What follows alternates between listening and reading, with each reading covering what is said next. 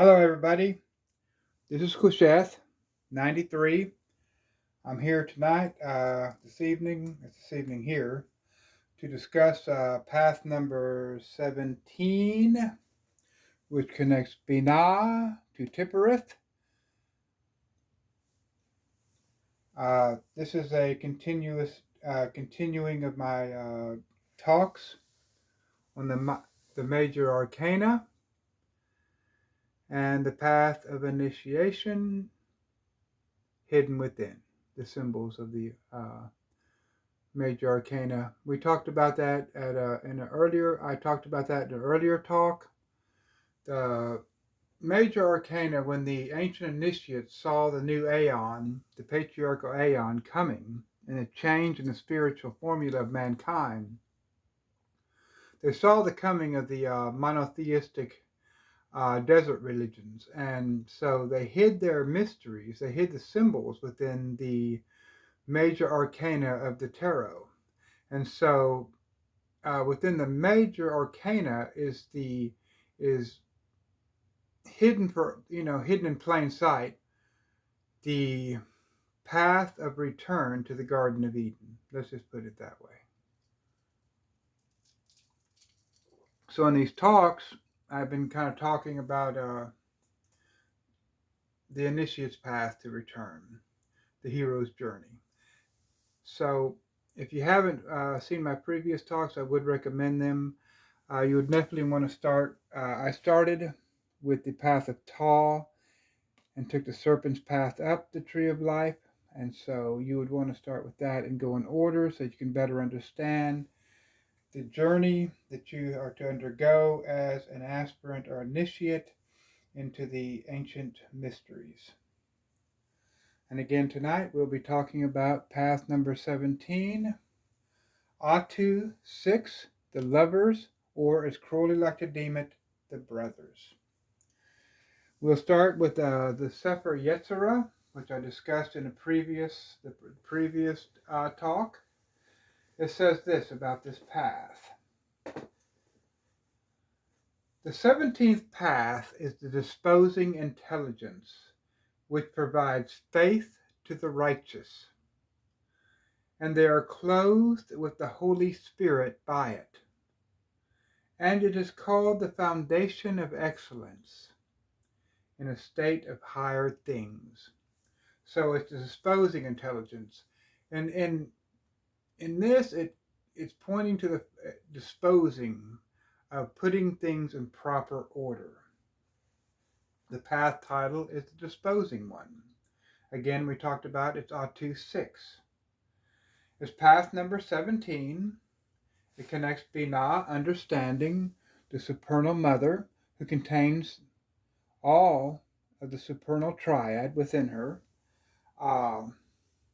with our spiritual center, Tipperith. Okay, so this is one of the three paths that direct our spiritual center, our higher self, with the supernals. So like I talked about in previous talks, you are never disconnected. Okay, the idea of original sin and the fall from grace is an illusion propagated by the Black Brotherhood to enslave humanity to false religious dogma. I mean, I hate to put it like that, but that's the way it is. You have always been connected to deity since the very beginning. Deity gives gives motion to all things and form to all things. How can you be disconnected from deity when you're swimming in it? It's all around you. It's in the air, the prana, the air, the earth, everything. The material world is the what? The concretion of the divine energy. It's just the material world is just the divine energy at a different frequency of vibration. So the lie that you are disconnected, that you are unholy, that you are sinful, is a lie, proclaimed or, put forth by the religious authorities in order to keep you enslaved. So again, we go back. This is one of the three paths that connect your spiritual center with the supernals. And it's kind of interesting because you have the high priestess, which would represent the unconscious energy, the direct flow from Kether, okay? And then you have in the air, so there's two different ways of looking at this. There's Crowley system, which has the star, or the old system has the emperor. But as the emperor, you would have the consciousness. The star would represent consciousness too, because it would represent will, volition, okay, the calling forth of the divine. And then you have the uniting of these two opposites here. They're not necessarily opposites, but when everything comes into manifestation, manifestation exists because of opposites. Hope everybody's following me on that. The Hebrew letter for this particular card is Zain, which is the sword. Okay, so the Hebrew letter means sword. It's the sword that destroys that which that goes across the abyss. And everything that goes across the abyss requires death. This is what I'm talking about. The final veil between, it's a self-created veil. It's a veil created by our programming, our societal programming, that disconnects us through the continuous bombardment of our senses and the teaching of the religious authorities that we're sinful, that we're disconnected, and trying to replace spirit with matter, with material things. And that's a big issue that we have today in our society with the depression and suicide. It's because we're trying to say, oh no, don't look there. Here's your iPhone. Here's you an Apple computer, a new car. These things cannot fulfill a spiritual, material spiritual being, a being that is both God and ape, to put it kind of simply.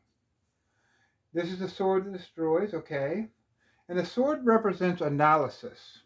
Okay, so here, analysis is the breaking down. It kind of goes back to the title for this card, the disposing one. Analysis is putting things also in their proper order. We through the process of analysis, we are able to put things into their proper order, which is very important. The sword of analysis is followed by what? Synthesis. So in alchemy, it is salva. The formula for this is salva coagula. The title for this card is The Lovers of Brothers. And we talked about that, and we'll go into the further why there's also another name for this card called The Brothers. I'm trying to move this video along and not try to take all night or try to take too long with this, because last time, my last one got cut off and actually ended up in two parts. I did not know my phone had a certain time limit on it. Of course, I didn't know it had memory either until it started cutting off on me. I'm an older man in my later years, and decided to do these talks on YouTube. These are talks that were based on some classes and workshops that I did in Austin, Texas. The tarot title for this card is The Children of the Voice, the Oracle of the Mighty Gods. And so when you think about that, the Children of the Voice, of course, the voice is Hakma, okay? Bina represents, okay, speech and silence. And then the oracles of the gods, of the mighty gods. This is one of the zodiacal paths. We talked about that in my previous talks. If you have not been following these talks, I would recommend them if you're interested in the path of return. This path is ruled by Gemini. This particular card is ruled by Gemini, the twins, mutable spring. So Gemini is the last sign of spring. So this is also, okay, so being mutable, being the end of a sign, we're talking about the idea of changing. the transmutation to something else, which is exactly what this card would represent as we went through the abyss. Okay? The transmutation into another state of being. A mutable sign of spring would be what? Moving into what? The cardinal sign of summer. And so, and the ruler, interestingly enough, is Mercury, which we'll go into further as I go along in this. Robert Wang says this about this card, and I happen to be a big fan of his. This card represents the duality of a single individual, willfully united in the pursuit of divine love. And he puts it so well there. This card represents the duality of a single individual willfully united in pursuit of divine love. So even though in these cards you see two individuals, this is actually the duality of a single individual, one person, one being, you, the aspirant. This card represents stable dualities. And again, it's a coagula in the alchemical terminology. This is the uniting of sun and moon under Mercury, okay? So we have the moon, the sun under Mercury. Hope you're following all this. Mercury represents the spiritual self. Swords are the tool of the ruic, the mind, the ability to analyze, used to separate and analyze, followed by a process called what? Synthesis. So all things in creation come into being through this process. Okay? So you have thesis, antithesis, and synthesis. So think about that. That's something to meditate on. That's how all things come into being. Okay, so there's a direct link of this card to the path here of Samik, the prop ruled by Sagittarius, the archer.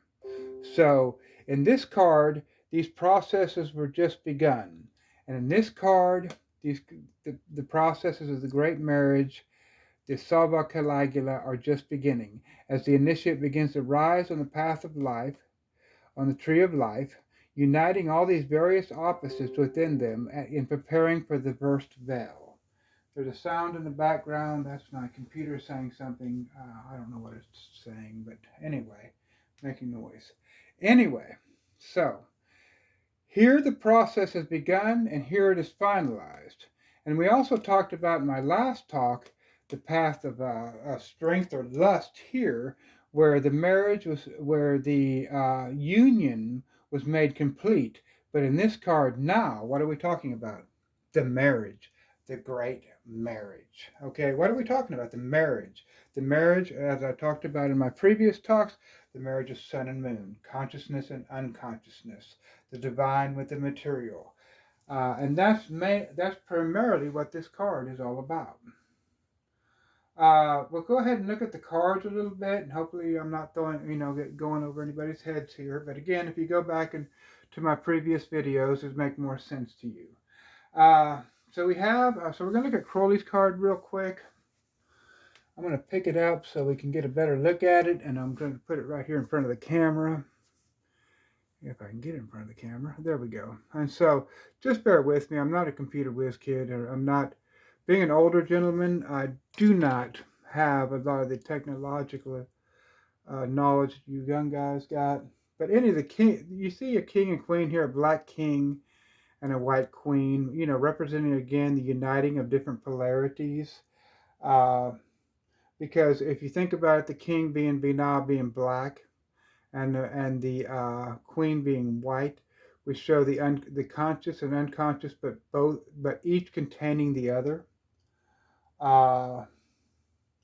And they're united by Mercury, which is the being you see in the background, the hermit, the clothed figure in the background. But the children show that any man, so you see these two children at their feet here, okay? These children show that any manifestation must contain its opposite in order to exist. So I really want you to think about that, because even the opposites have to contain their opposites. And this card, and Crowley's card, is more complex. That's the reason I'm starting out with it. The black child is on the side of the white queen. He holds the lance and cup. Interesting. So no, actually, the lance and club. Excuse me. So the black child is inside of the white queen. He holds the club, which he will use to slay his brother. So Crowley said because Gemini is a sign called twins, that this card would be better deemed called the brothers. And his hand is on the lance. So these are both masculine symbols, the club and the lance. The lance representing what? Will, the spiritual will of the aspirant, the phallic energy, the yod force. And then so you have this white child on the side of the king. Okay? Interestingly, though, so these are in proper color order, and you see how they're reversed in the king and queen themselves. Interesting, huh? And so, but the white child holds what? The Holy Grail, the cup of understanding. And in his other hand, he holds the roses.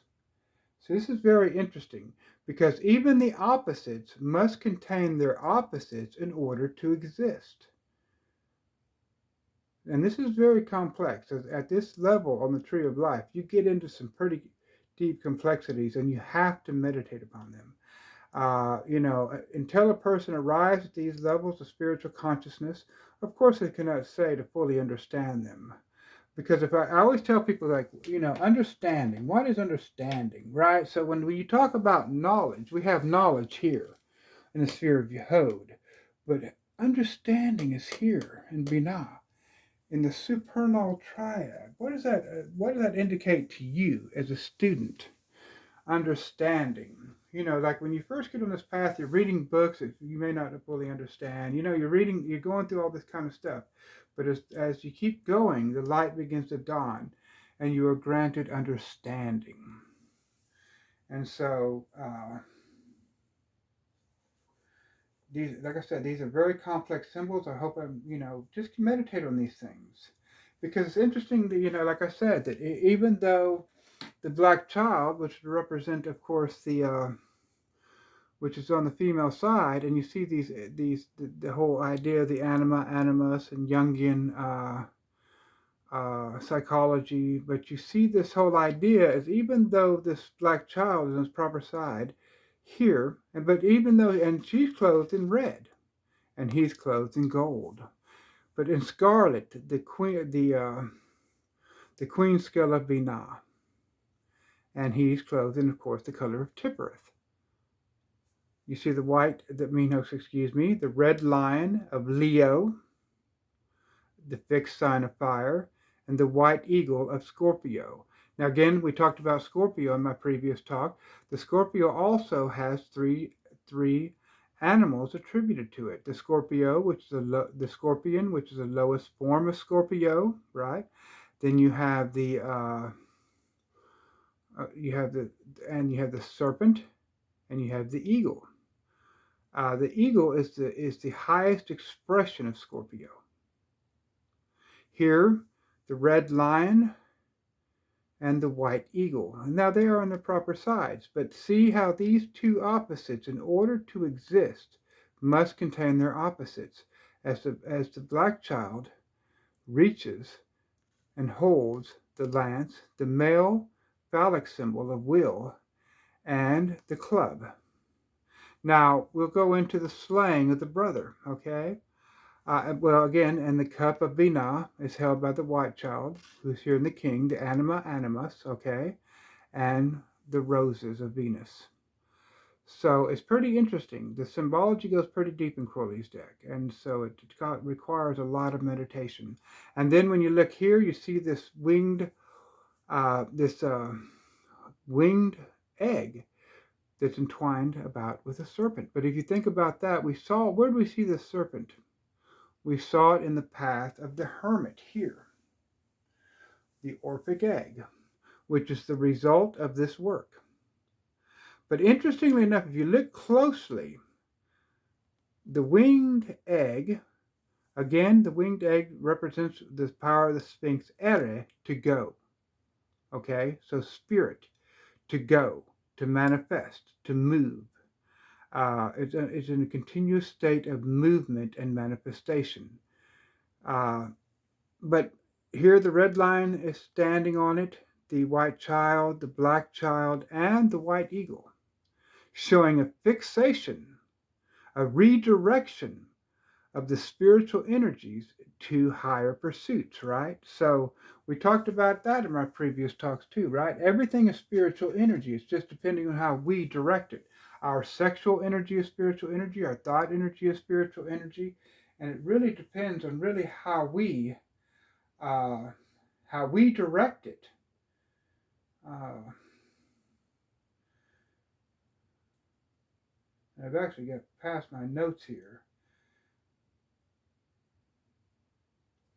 But anyway, so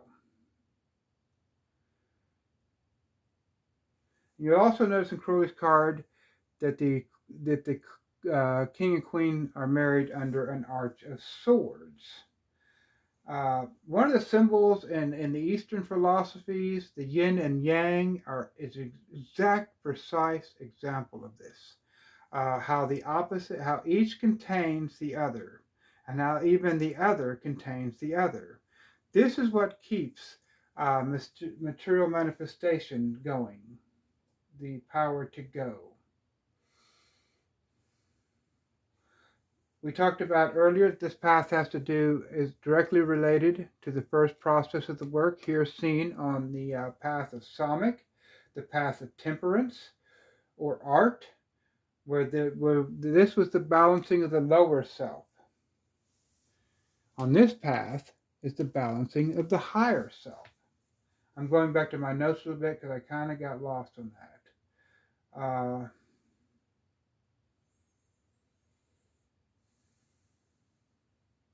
And so we talked about the yin and yang, showing the opposites, each containing the other, that causes the balanced movement of the universe seen on the Wheel of Fortune card. So you see how you just can't study one card. This study will lead you down the rabbit hole. And so one thing leads to another. The hooded figure in the background of Crowley's card, you see here, you can barely see him, but he's in the scale of Jupiter. Let me get him here in the front of the camera. I have trouble with my camera. This is the Hermit. Okay, we talked about the Hermit card, which is ruled by Virgo. The Virgin. The pure, unscathed fire of creation that is untainted through incarnation. And thus a virgin. It is excuse me. As Yod is the ruler of the card of Hermit, of the Hermit card, this is the Yod force making fertilizing this union. And he's standing in the ancient sign of the Enterer.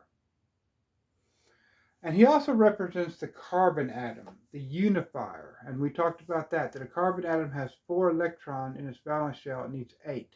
So it's continuously looking to bind.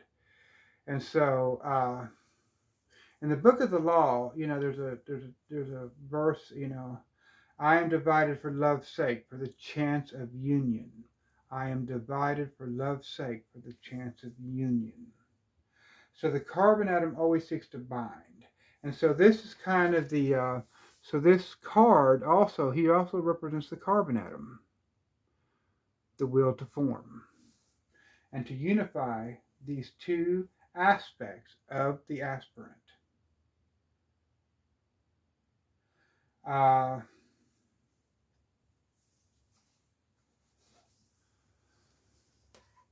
It's also seen as love under will. On Crowley's card, you also see Eros, or Cupid, shooting the downward arrow of what? Inspiration to meet the arrow that was earlier shot on the path of the personality, on the path of Psalmic, Sagittarius, the archer. So here you have the path of aspiration. In the path of the personality, the aspirant was opening these channels through his invocation and his work. He was causing a vibration that awakened the higher forces. His arrow, which is shot from the bow of Qesheth, and we talked about that, Quath, Shin, Ta, Qesheth, which means bow. This bow shoots this arrow,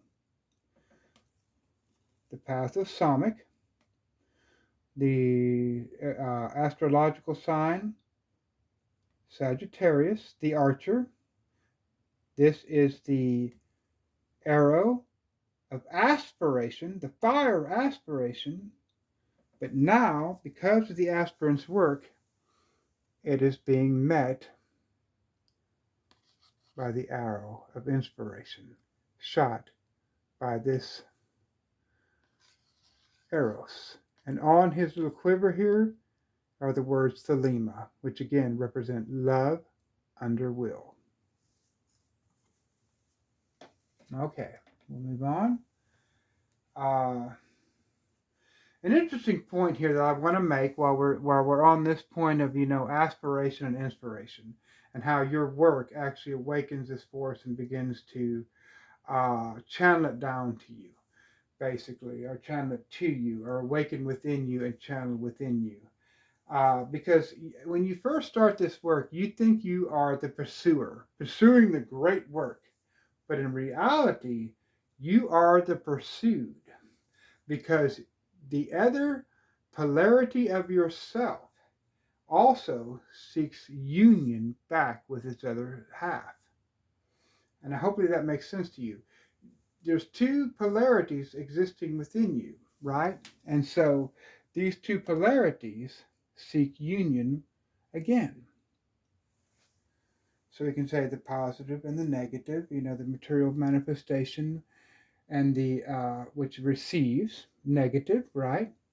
In that sense, and the positive, and so they seek.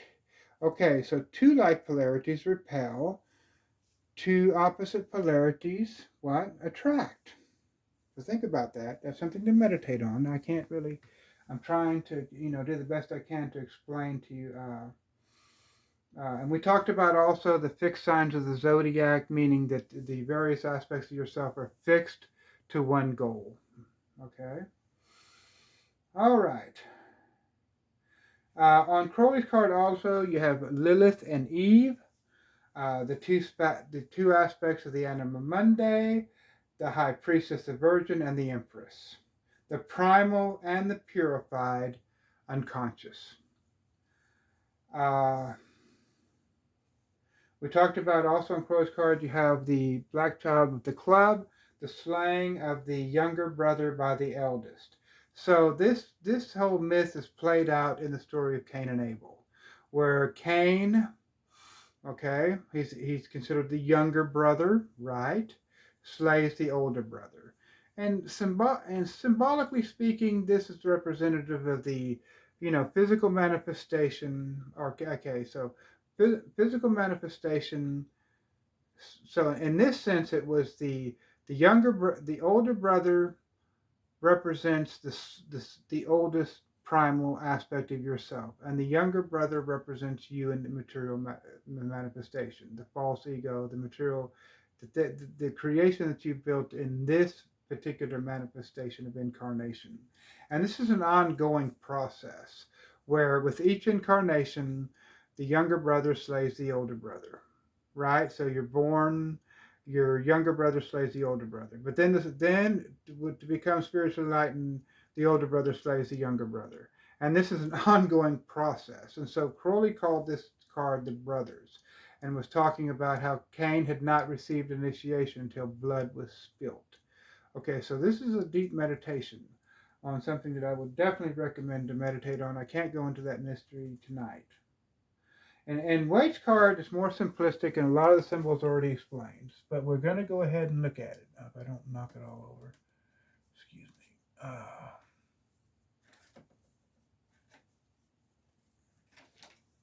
Okay. Anyway, I just had that card up there anyway. So, and Wade's card is pretty simplistic. We kind of have the same symbology. Uh, you have the male and female figure. Okay, the female has the tree of life behind her, guarded by the serpent. The serpent we talked about in my earlier talks is both the Nekish, right? The Messiah, and the tempter, depending on how we direct the serpent force within us, and in today's world it's pretty much, uh, what can I say? It's pretty much emphasized on the lower aspects of the serpent energy.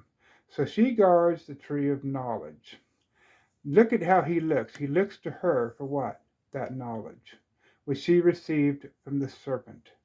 And we talked about that the Redeemer and the Tempter are both the same being. I talked about that in my earlier talks, depending again on how we focus that energy. And in Wade's cards, you always see the Mountain of Initiation, Mount Zion, the Abijanus, the Mountain of Initiation. Behind the man, which represents again sun and moon, conscious and unconscious, you see this tree of 12 flames, the 12 signs of the zodiac, and the 12 signs, the 12 steps of the perfecting of the personality through incarnation.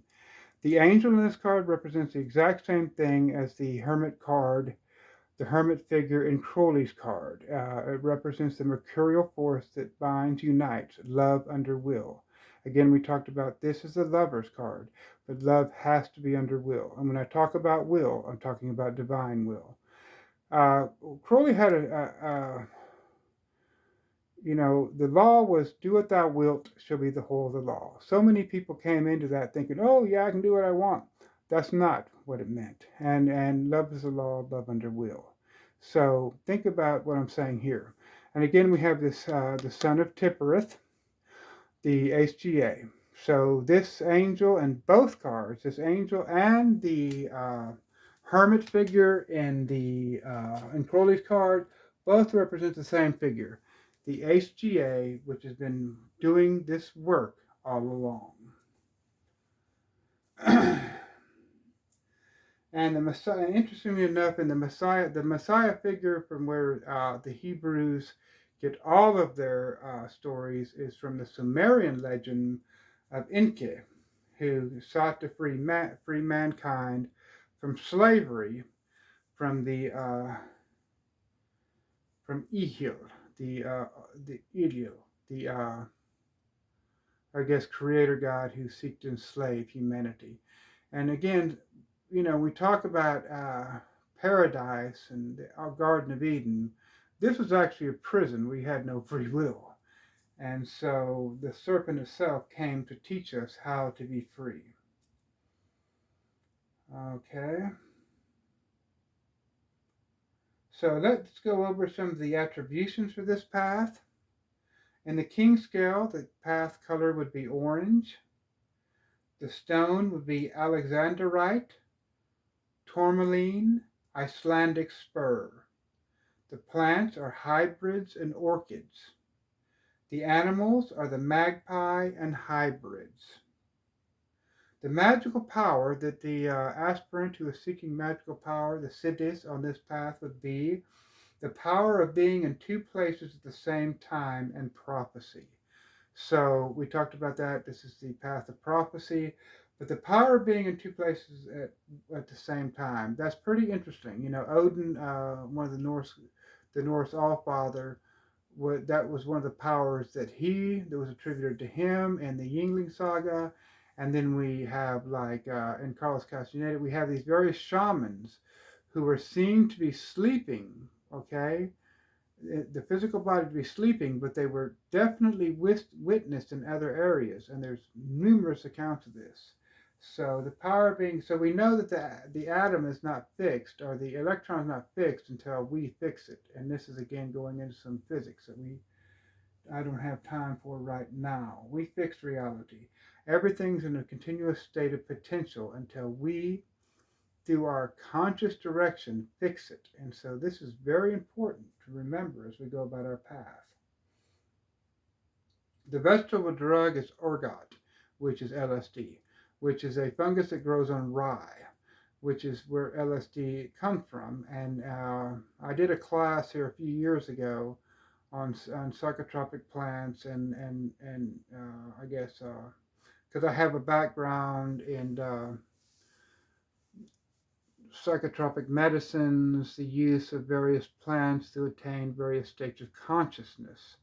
I studied with some natives. I studied in the Native American church. I used the peyote. I've used the mushrooms. I've used various, and I did a workshop here a few years ago on the use of these plants to attain various states of consciousness. And all the sephiroth in the tree of life have a plant drug attributed to them. I do, I that's something that should be explored under close supervision. Anyway, this video is taking long, so let's get moving along. The perfume is wormwood. The magical tool is a tripod, and the body is a sense of smell. The rune in the Nordic tradition would be Gefu. The holy book would be Liber 7, the Mercury chapter. And we'll end this with a reading from Crowley. Hopefully you got the information you needed from this talk. The oracle of the gods is the child voice of love in thine own soul. Hear thou it. Heed not the siren voice of sense, or the phantom voice of reason. Rest in simplicity and listen to the silence. If you draw this card in a reading, you're being told to look at the various aspects of yourself, to use the sword of analysis, to properly separate things in your life in their proper place. If you're doing your checkbook, don't let this come in. Put everything, learn how to analyze and put things in their proper place. And this will bring things into a synthesis in your life. For this time, I'm Qesheth and 93.